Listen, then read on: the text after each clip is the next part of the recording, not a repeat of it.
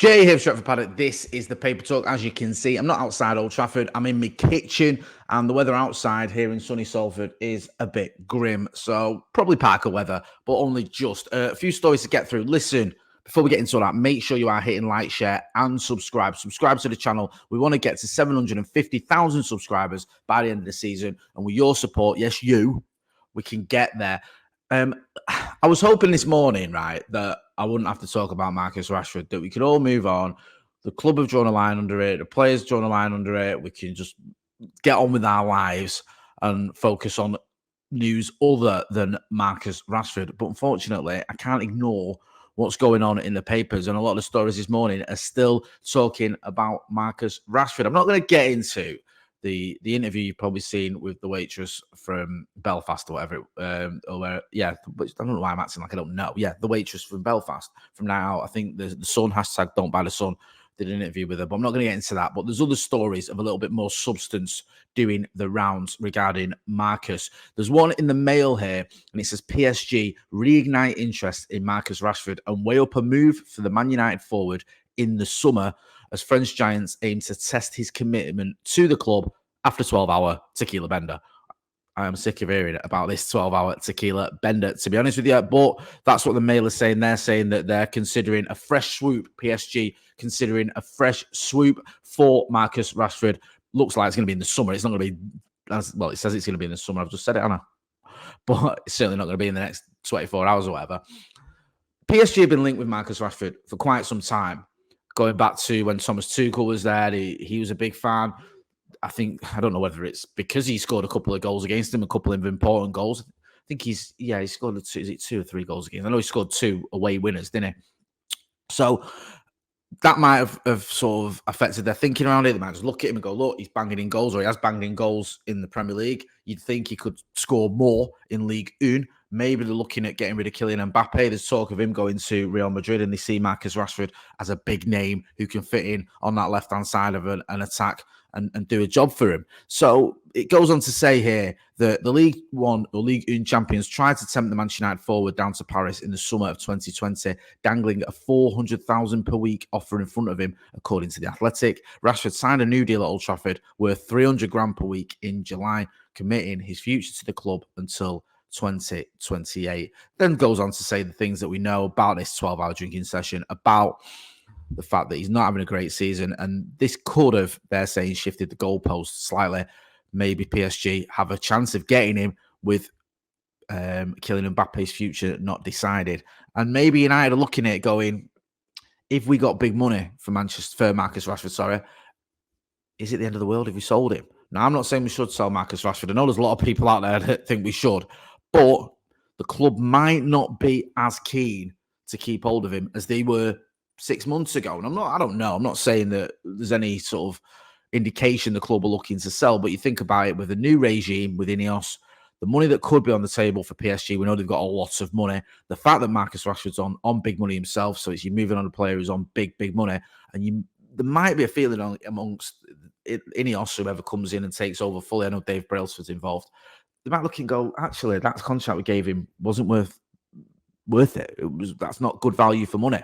We're overpaying him. I don't know. They may feel that way, and they may look at it as an option to move him on, get him off the wage bill, get some money in, and bring in a player, different players, and a player on lesser wages and who cost less than what you sold Marcus Rashford for. Now, I've always said the trouble with selling Marcus Rashford is I have no faith in the club to replace him adequately. People may criticise him. They say he's underperformed at times, and I get all those criticisms. But this is a player who scored 30 goals last season. He had scored 20-plus goals twice, I think, in the last 3 seasons.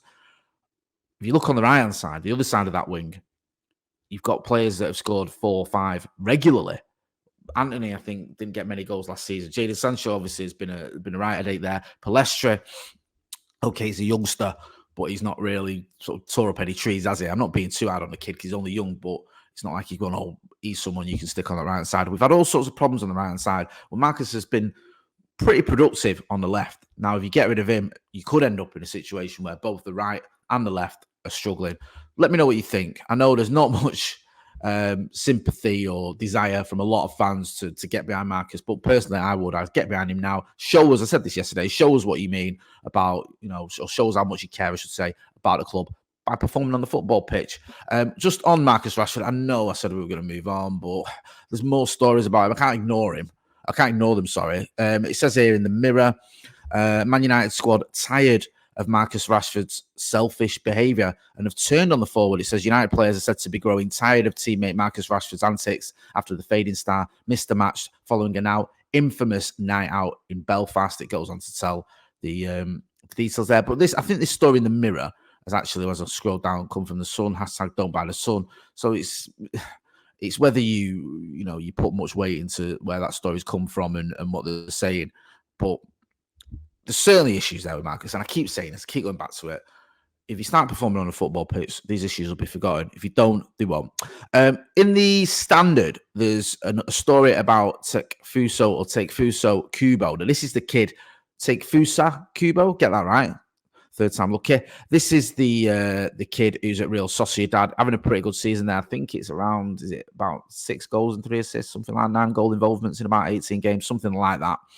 The Japanese winger has shone in the Liga, it says here in the Standard, since leaving Real Madrid for Real Sociedad in the summer of 2022. Liverpool are among the clubs long since linked with Kubo, but now Mundo Deportivo report that Manchester United could launch a move instead. This is kind of what I had yesterday, this really, and I don't think there's much in the way of moving the story forward. It just looks like someone else is reporting it, and obviously Liverpool have got an interest in him as well.